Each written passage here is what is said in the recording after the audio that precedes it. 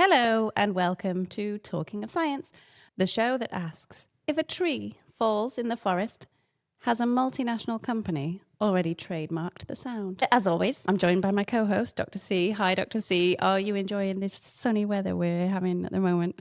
Yes. Does it make you want to get out into the forest, into nature? Well, yeah. Great. Okay. So can you tell us what's the question that we're exploring today? Do we need a Lorax who speaks for the trees?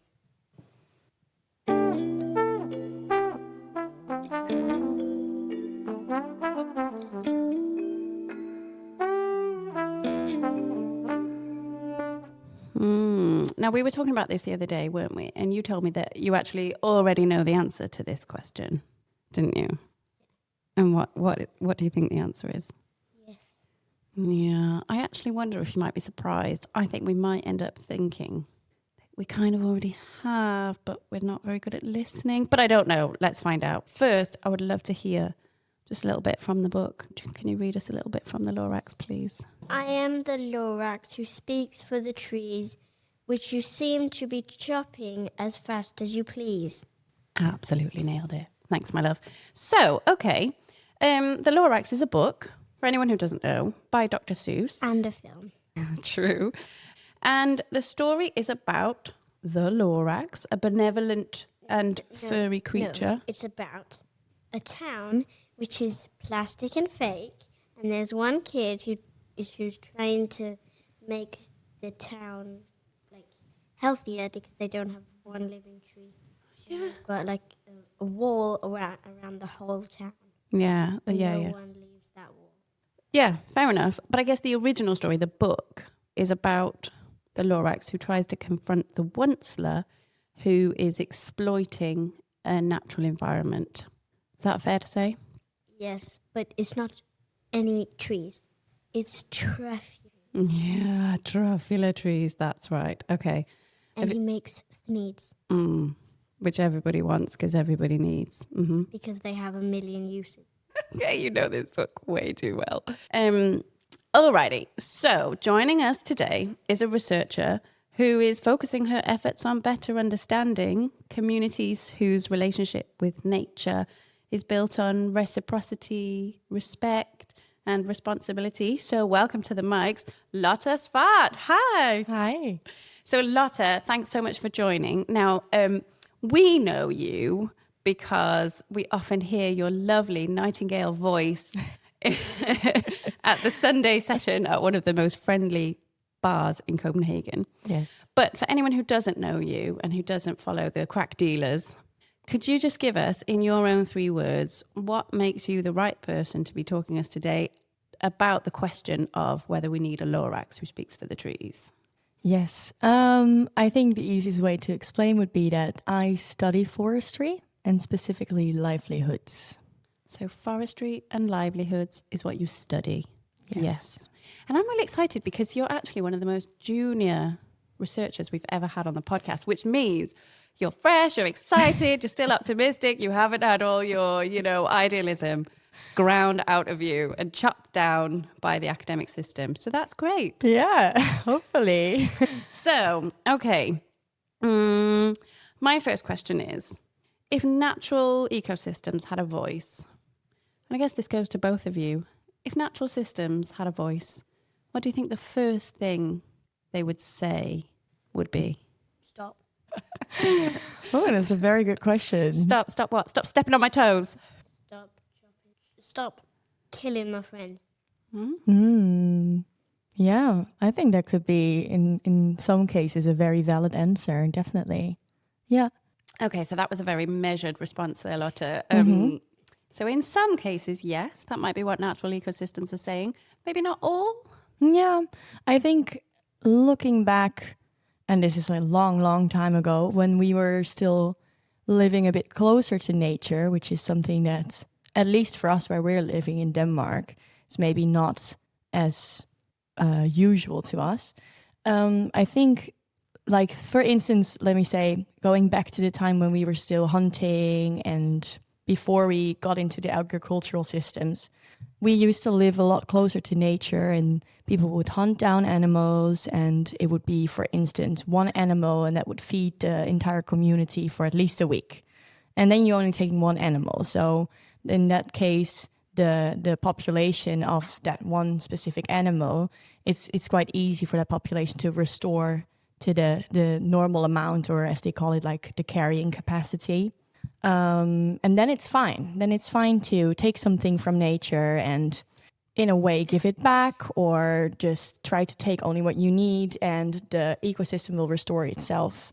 But I think nowadays what happens more often, like Dr. C also has been reading from the book, of course, is that too much is taken from nature. So too many trees are chopped down, or too much fish is taken from the sea, or any other examples of that. Didn't really understand that. Oh, that's okay. I'll try to explain it another way. So say, for instance, you have a jar of cookies and for your entire class. And every day, every person can have one cookie. And then at the end of the week, the cookies will be refilled. That makes sense, right? Yeah. We'll say that maybe one of your classmates thinks, but it's so many cookies for this entire group. What if I just take some more cookies? Then you're going to run out of cookies before the end of the week. So there will be a couple of days where you have no cookies, right?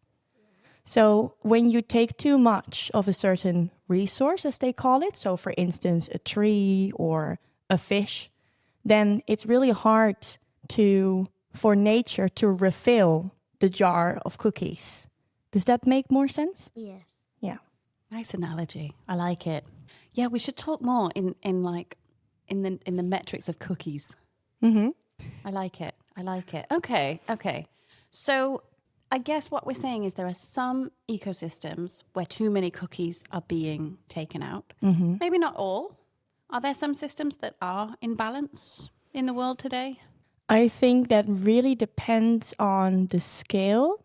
So maybe on a very, very small scale. So if it's just one community of people living in an area where it's still an old-grown forest, and you're just looking at that small area, maybe you can say in some sort of way that it would still be in balance, but it's a hard question to answer because there are so many factors like climate change. And if you look at a bigger scale, then it's already more difficult because there's so much urbanization these days that sometimes it's hard for nature to really grow to the extent that it can.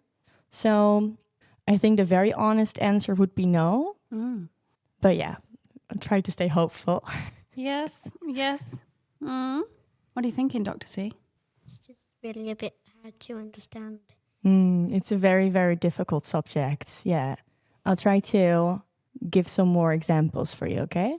Okay. So the question was, are there still places where there is a nice balance of, so for instance, take the book of the Lorax. Like in the beginning, it was nice balance, right? There were like a lot of animals. You've got the truffle trees. And the question was, are there still places where that sort of example still exists? And I think because we are now with so many people and there's so much industry, right? There's so many like big companies, and we've got a lot of food companies as well. So there's lots of cattle. Does that still make sense? Yeah. So we're trying to change a lot of these nature areas so that we as humans can get more food, or we can get more paper or other products that we get from nature. And therefore, it's really hard to think of places like in the Lorax before the ones that came in that are still in their original state because we're using so much of it. Does that make more sense? Yes. Yeah, I'm kind of, I take your point about wanting to be hopeful, because the alternative is that we end up in Thneedville, this like really plastic, actually quite unpleasant dystopian town. With such a strange leader. Yeah. Yeah. He was weird, wasn't he? With very suspicious hair. Or what was his name? Hallowishes O'Hare or whatever. Yeah. not a likable character. Okay, but let's get back to this idea of natural environments, landscapes, where there have been humans living in these systems for many thousands of years prior to agriculture. And even to this day, there are still some communities who live in a non-industrialized setting. Is that right? Yeah, that's correct. And can you kind of describe, like paint the picture to us? Okay, perhaps there are not truffula trees and barbaloots, but what does that landscape look like? And the people who are living there in these communities, what's happening there on a kind of a daily basis? I think it's a lot more alike than you would think to what we do, but it's less. I mean, I grew up in a city, and we're living in a city right now. I'm assuming you grew up in cities as well. And we have everything we want at walking distance that we can get from the supermarket, right? It was actually a condition when we moved into this apartment that there had to be a bakery within a 5-minute walk. Yeah. I was not prepared to compromise on that. There you go. Yeah. Maybe even less than 5 minutes, our bakery. Yeah. So everything you need to feed yourself, but also, for instance, your workplace, it's quite close by. And it's kind of similar for these communities, but the only difference is that they will go into the forest. And of course, nowadays, not everything is being extracted from the forest. Like those people also have supermarkets or little markets nearby oftentimes, or they grow their own crops. But there are still a lot of communities that, for instance, go into the forest to get mushrooms or get some wood to build a shed, for instance, or get wood to build a fire so that they can cook. So they get a lot of the things that we would buy in a supermarket or in another store from the forest. And sometimes they also get things from the forest so that they can sell it. So their jobs and their, as we would say, livelihoods are a lot more dependent on what they can get from nature. And for us, it's a more indirect way of getting things from nature because it's already been selected or it's already been extracted from the forest and put into the supermarket so that we can just easily access it. So does that make sense to you, Dr. C, that there are communities of people who earn their livelihood by going into the forest, for example, and collecting, I don't know, herbs or mushrooms or pine cones or whatever they need to sell as a commodity or to use in their daily lives? Yeah. Yeah.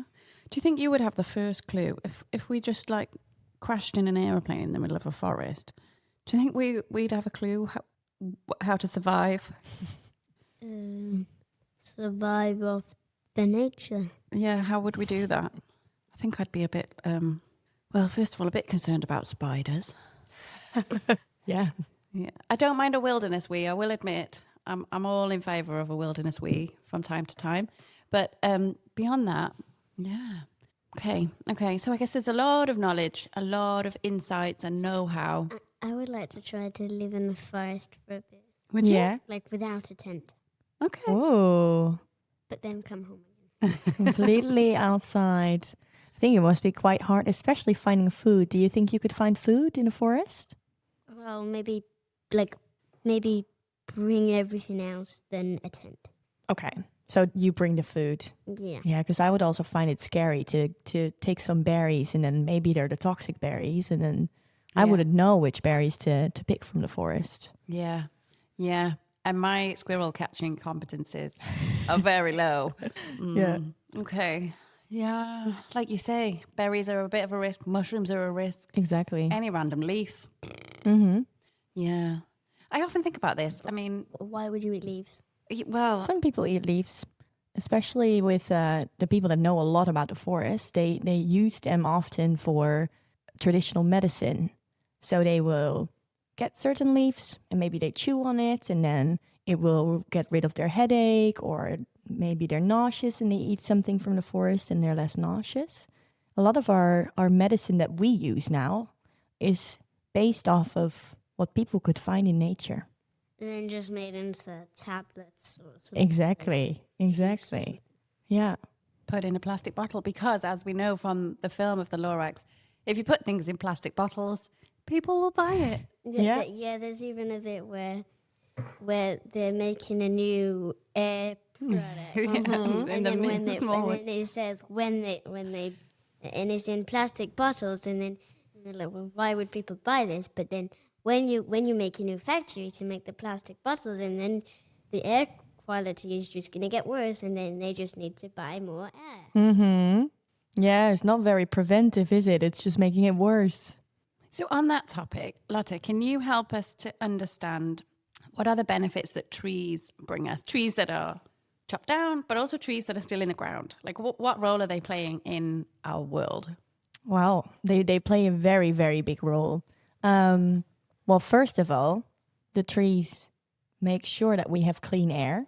So they filter the air for us so that we can freshly breathe, fresh oxygen. And that's what they don't have in Thneedville. Exactly. So, and that's why the air got so bad in Thneedville, because they kept cutting down all the truffula trees. So that's the biggest one. Yeah. But because they didn't have any trees, they just had Exactly. everything plastic and fake. Exactly. So it's a very good example, actually. I think that's the biggest benefit of trees. And then there's also benefits, and you can also see them in the Lorax, because what else happened when he cut down all the trees? Well, he was making loads and loads of money, and then when he cut down all the trees, then like there was no more sun. Everything was just dark, and Yeah. there were no creatures. And then he used all the money, and then the air was really like dirty. Yeah, exactly. So when he cut down all the trees, the air was dirty and there were no more animals, because trees are very, very important for animals as well. And there was also very dirty water, right? Or the water was almost gone. So those are very, very important things that trees provide. So it's clean water, fresh air, and it's also very good for the soil, because after the trees were chopped down, the soil was brown and it didn't look very nice, did it? So those are some things that trees do. And then trees are also really, really good to cool down the temperature. Oh yeah, of course. Yeah. So they're very, very good to help prevent temperature rising. So I think that's also why in a lot of cities nowadays, they're trying to bring back some trees into the city so that there's more shade. That also brings back some biodiversity, but also makes sure that the cities don't get so warm. They could just make more parks, because in parks, Exactly. you have loads of trees. Yeah, and everyone loves parks, right? So that would be a great idea.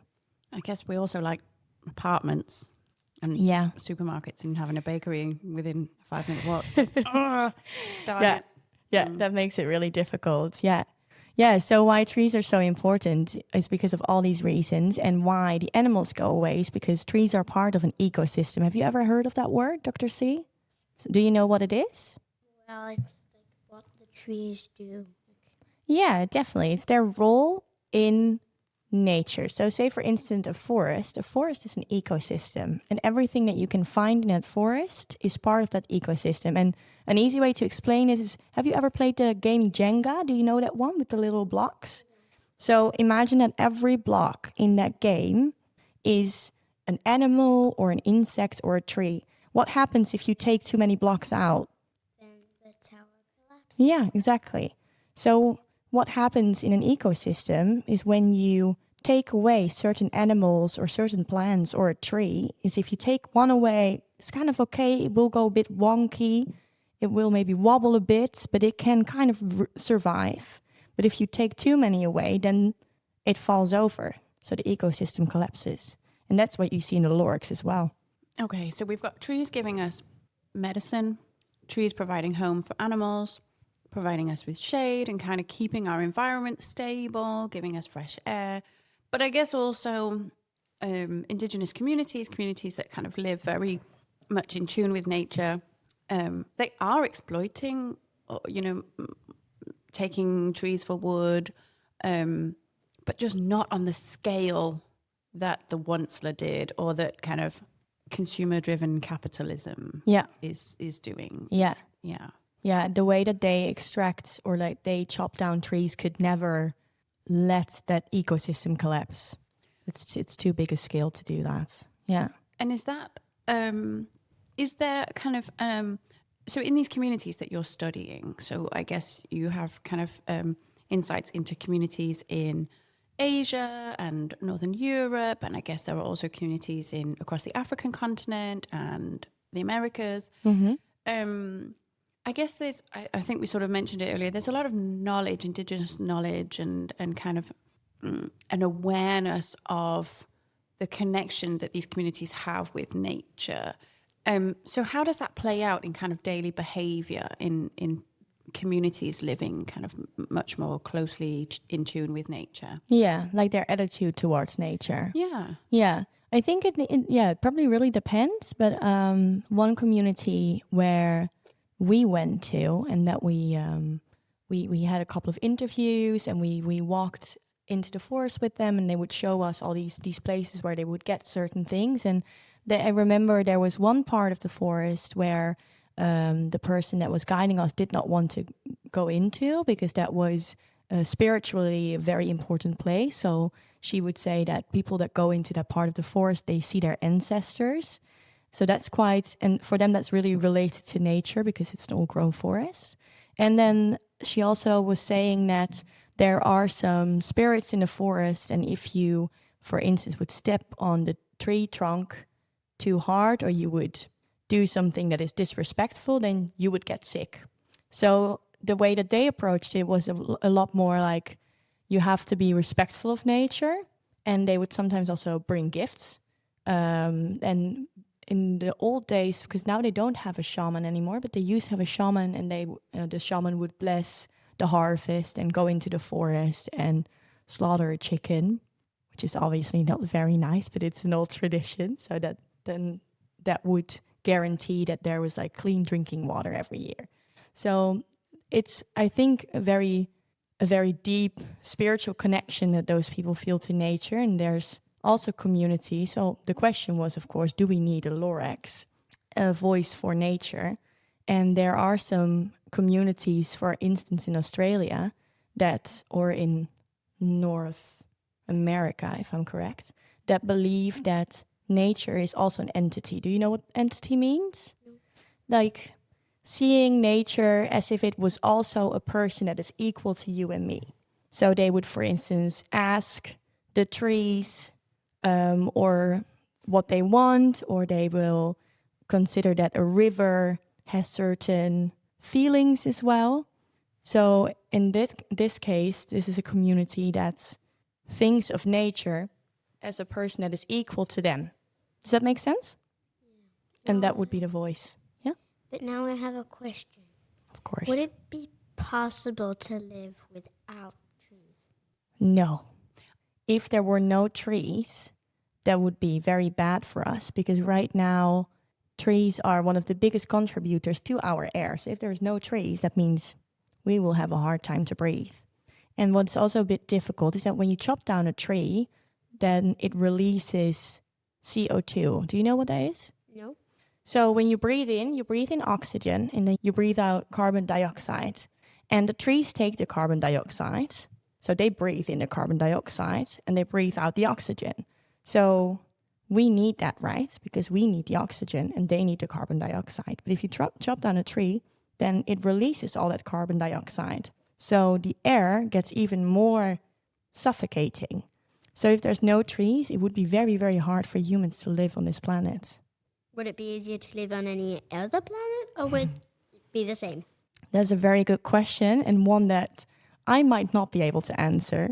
But I think so far they haven't found any other planet where it has the same living circumstances as our planet right now. Yeah, I also think that's about right.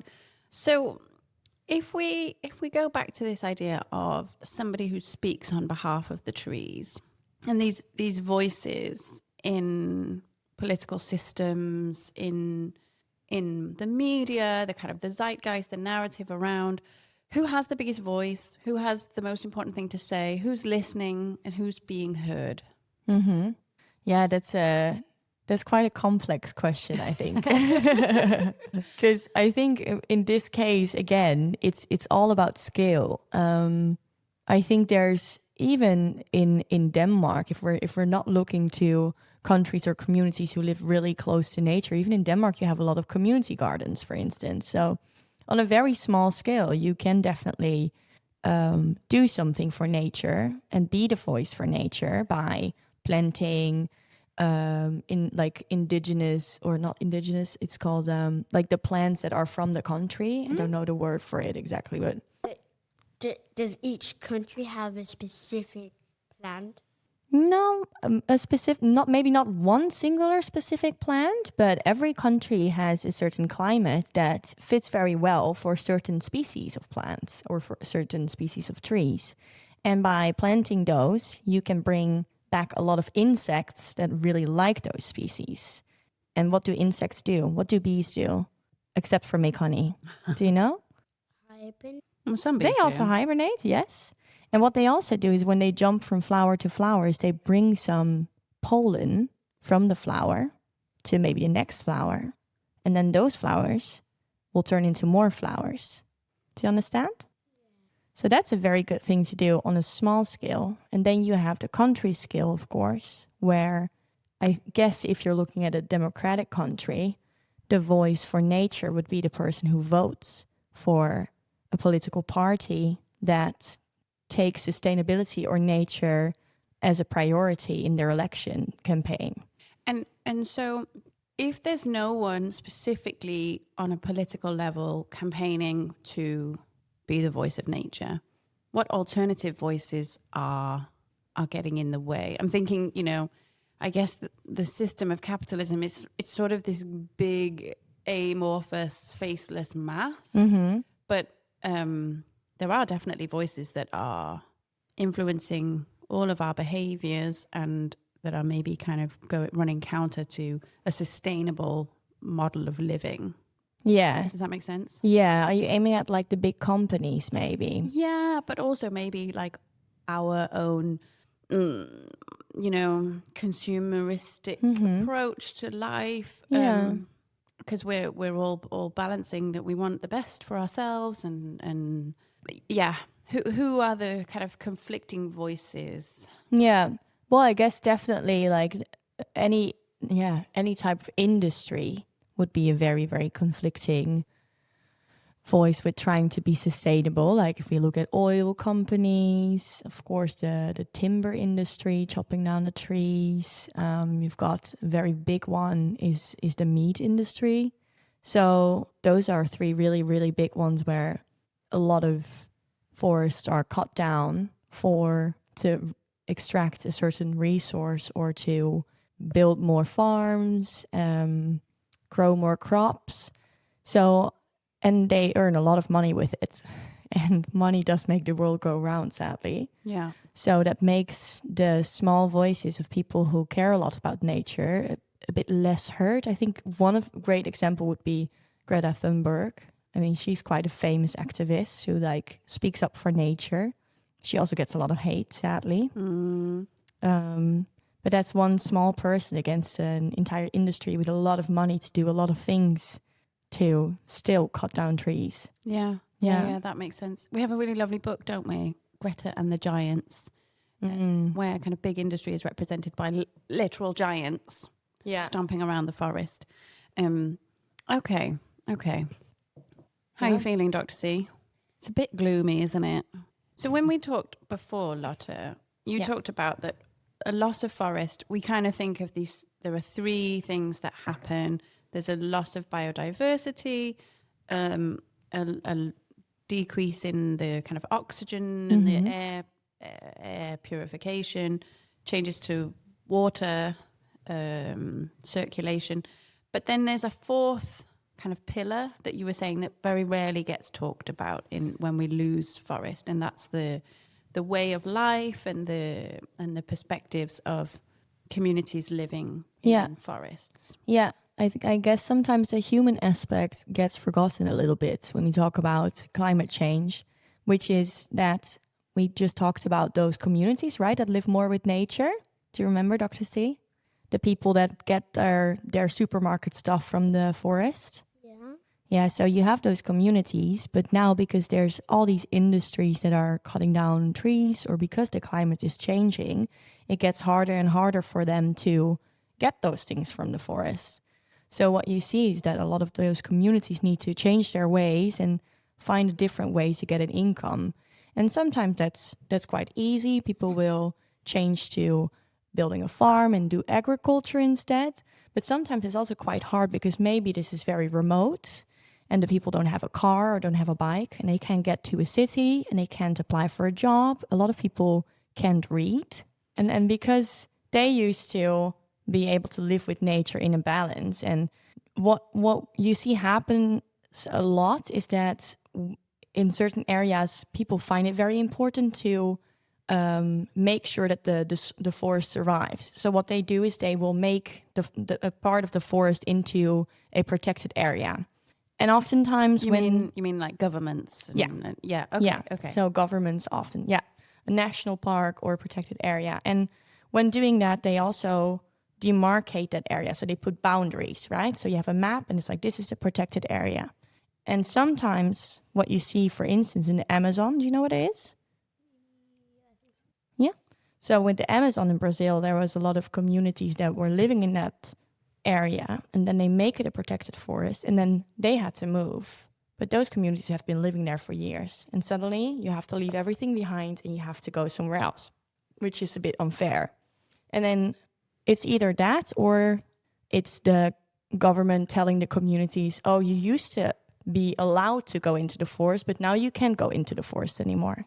And then there's a whole, they call it subsistence income, which is like you get things from the forest just to eat for yourself, but also the cash income that just falls away. And these are often communities that are already living in a poorer environment. So it's really hard to bounce back from losing a source of income.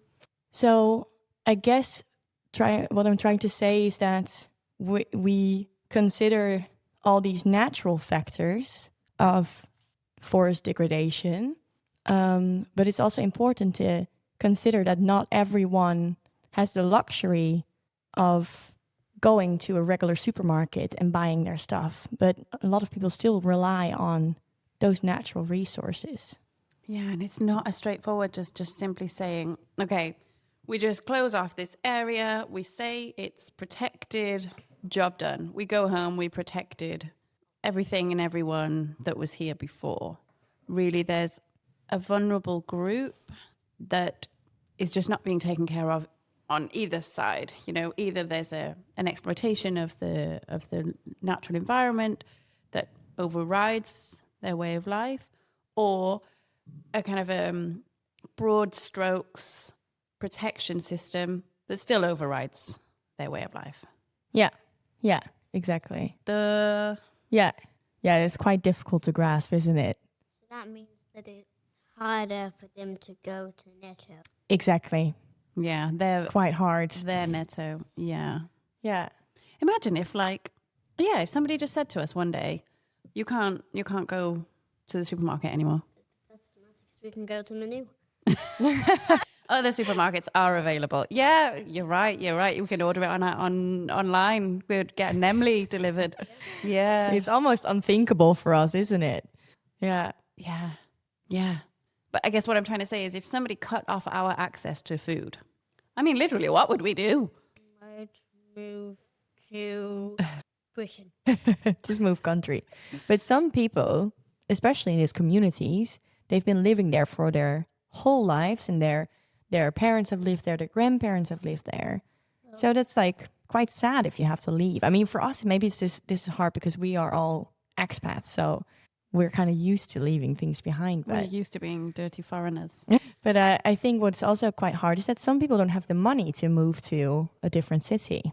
Or the language skills, or a passport, or citizenship oftentimes, yeah. It is kind of mind-blowing. Can you tell us a little bit about, I just suddenly got thinking, uncontacted communities. Have you ever heard of this, Dr. C? No, I don't think so. What do you think an uncontacted community is? A community that we've been talking about.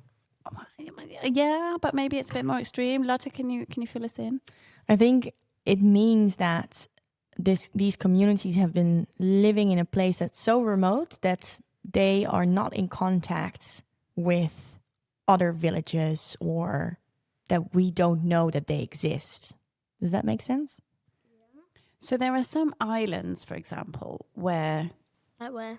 I feel like there are some that technically fall within the borders of India, or that kind of are within kind of Indian rule. But these islands are so far away from land, and the people who live there don't trade with other people. They don't have interactions with other humans, and they live a lifestyle that is they speak a completely different language to us, and there are examples where somebody might fly an aeroplane over these islands, and then you see footage or pictures of these groups of people who throw spears up at the aeroplane because they've never encountered something as terrifying and alien as this motorized bird that seems to be attacking them. And, you know, it seems really bonkers, and I don't know, it seems really primitive, but Spears. I'm not going to do anything to an aeroplane. but what would you do with like a weird motorized thing that, you know, if you'd never known an aeroplane, if you didn't even know that there was a whole modern world out there, you've never heard of the internet, didn't know what a telephone was, you've never been to school, isn't it amazing to think that there are groups of people out in the world who... But then they learn every time an aeroplane comes over them, nothing happens. Yeah, but it's still crazy that they don't know modern technology. They don't have a phone. Most people don't have a phone. I don't have a phone. Okay. Maybe. I think generally speaking, though, most people at least know about phones, right? Or know about, like, have seen a TV, or have seen a car, or have seen a plane.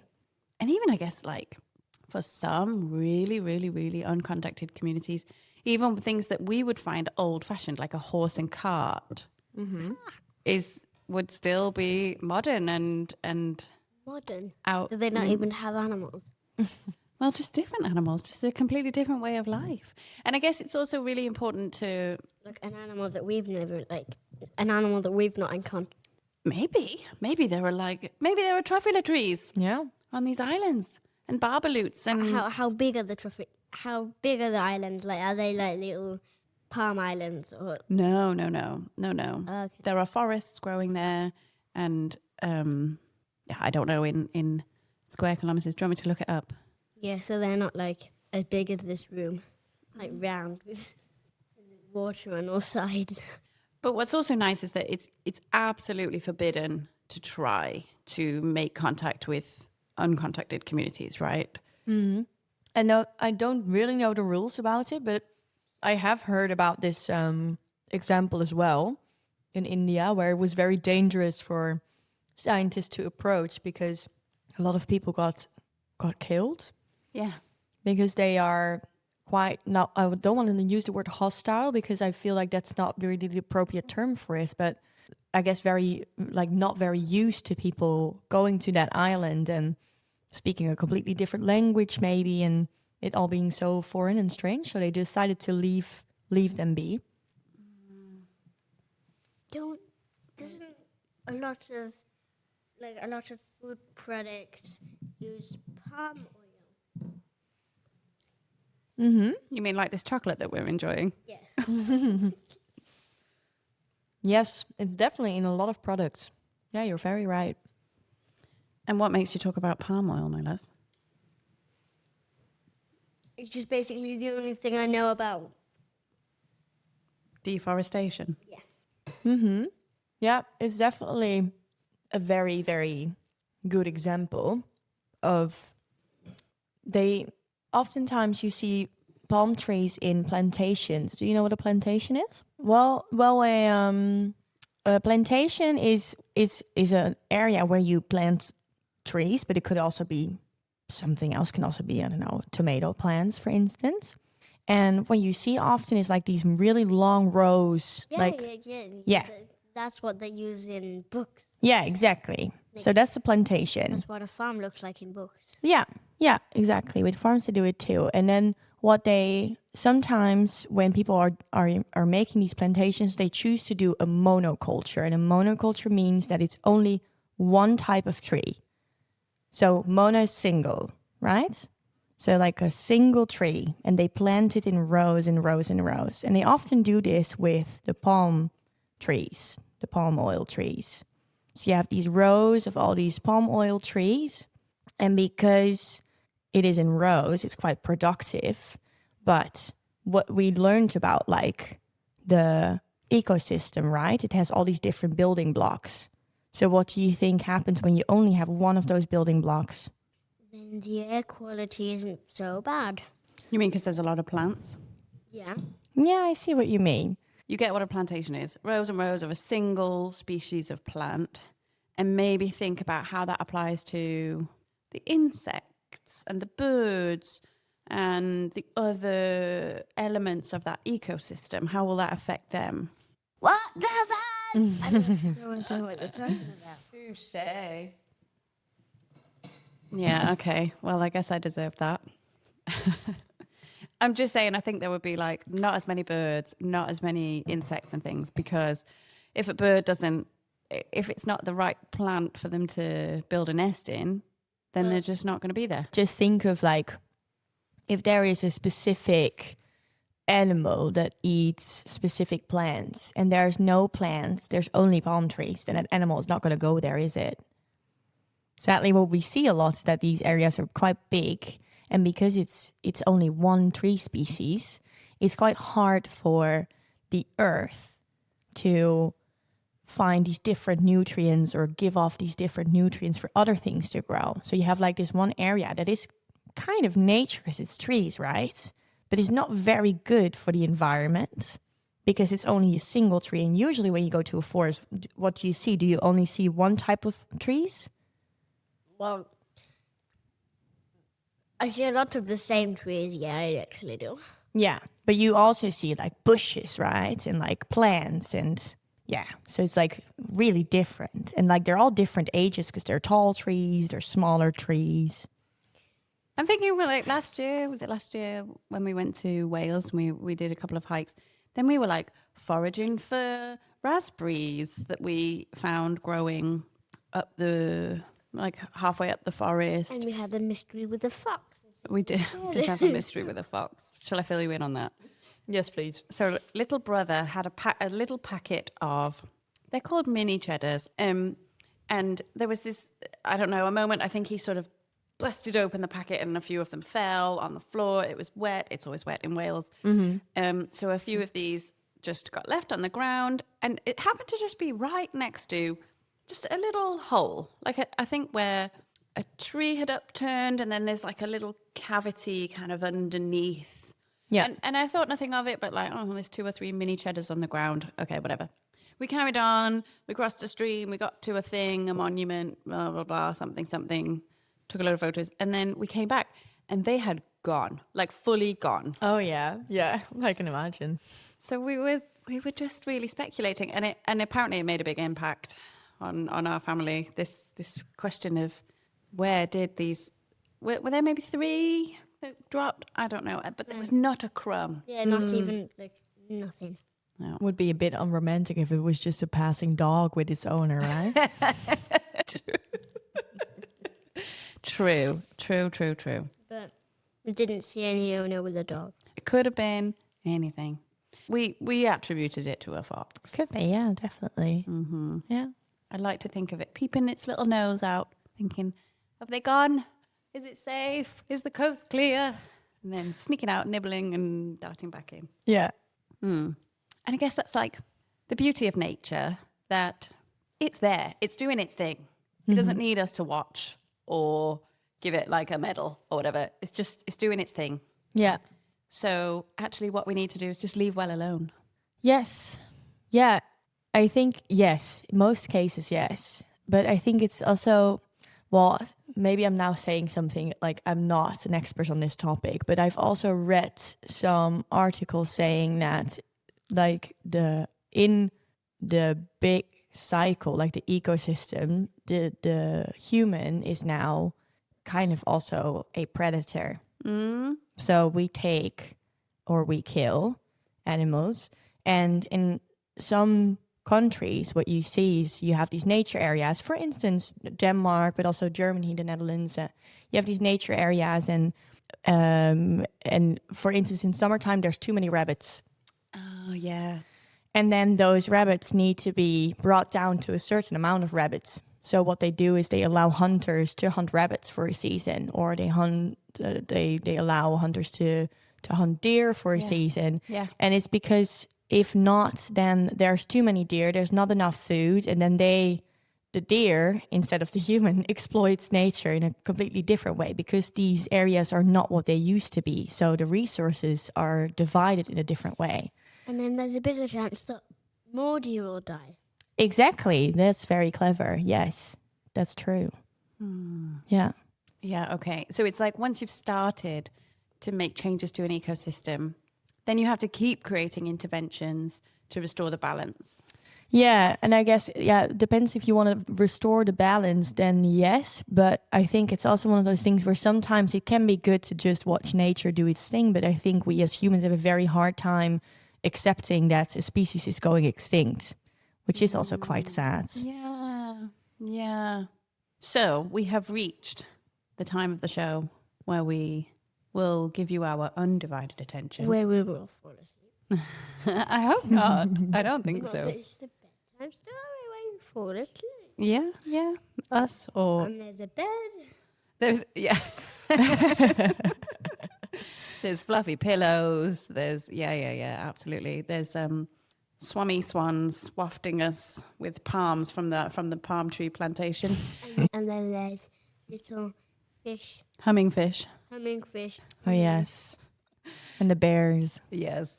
So when you're ready, Dr. C, please hit the button, and then Lotte, the floor is yours. All right. I'm going to tell you a story about why forests matter. Forests are very special places. They are full of tall trees, plants, animals, insects, and birds. Forests help our planet in many ways. The trees help provide the air that we breathe, they help keeping the soil and water clean, and they help to stabilize our climate. Forests also provide us with useful products like fruits, nuts, medicine, and wood. But sadly, forests in many parts of the world are slowly disappearing or becoming damaged. This is called forest degradation. It means the forest is still there, but it's not as healthy as it used to be. Science tells us that the world is losing about 10 million hectares of forest every year. That is an area of forest about the size of a small country. There are several reasons to why this is happening, and most of them are connected to human activities and climate change. Sometimes forests are cleared to make space for farms, roads, or buildings. Other times, forests are damaged because of fires, pollution, or climate change. But often, forests are cut down to provide us with wood and paper products. It is important for people to understand forests and care about them, because they can give us many things, but we have to share them with animals and the people who live there. If we take too much, the forest can disappear. But if we take care of it, it can last a very long time. One way to learn about forests is to spend time in nature. So next time you walk through a forest, try to listen to the birds. Look at the different insects you can find and see how the trees grow.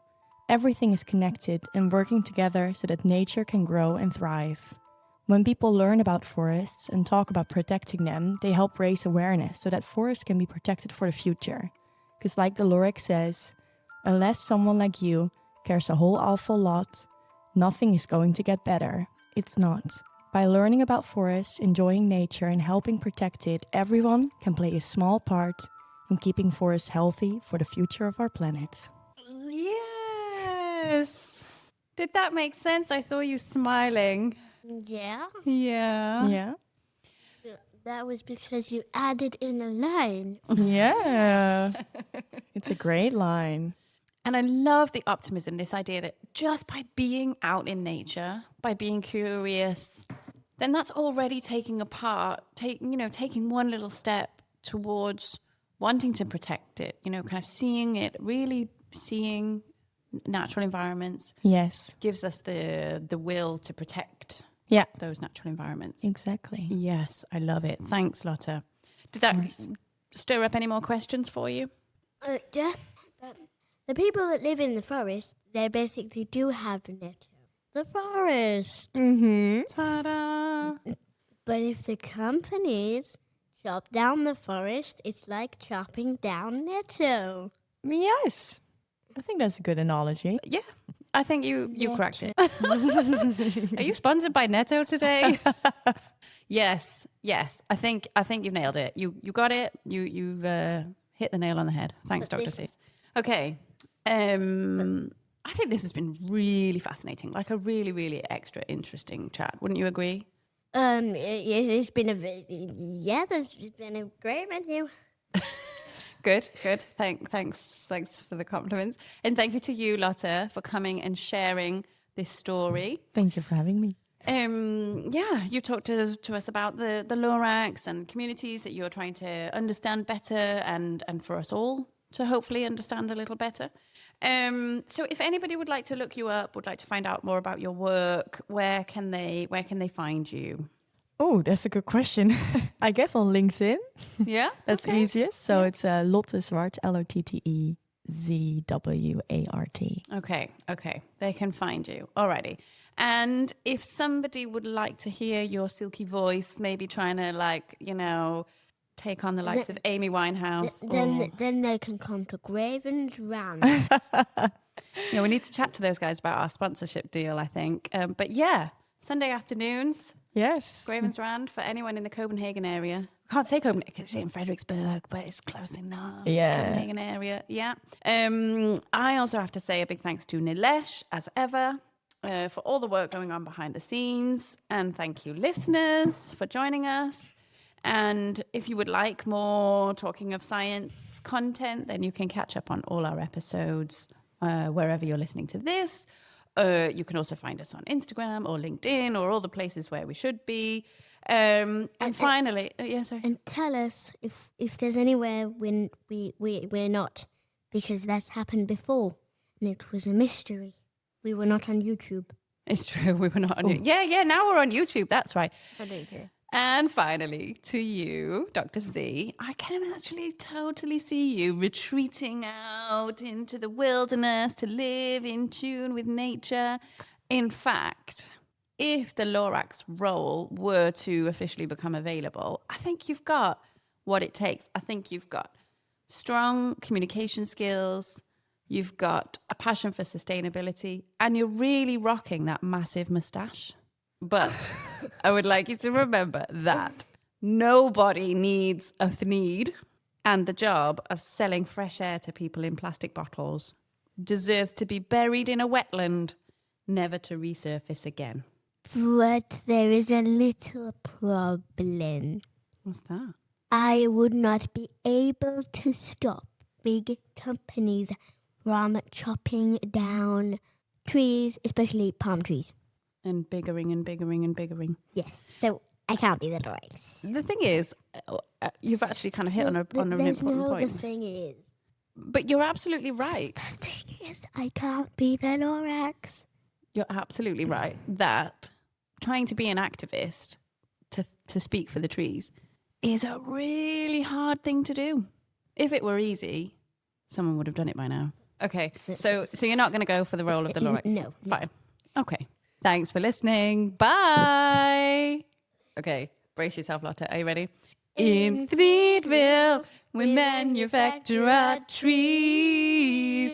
And that's all we know. That's the only line. There's something about we choose 96 batteries. Yeah. Oh, it's the music is great as well. I was really enjoying the music. Yeah, it's so funny. Really, really funny. And I guess there's a lot of really good lines. There's like the one that always sticks in my mind is the one about, I've got this tree and it has 4 seasons: spring, summer, autumn, and disco.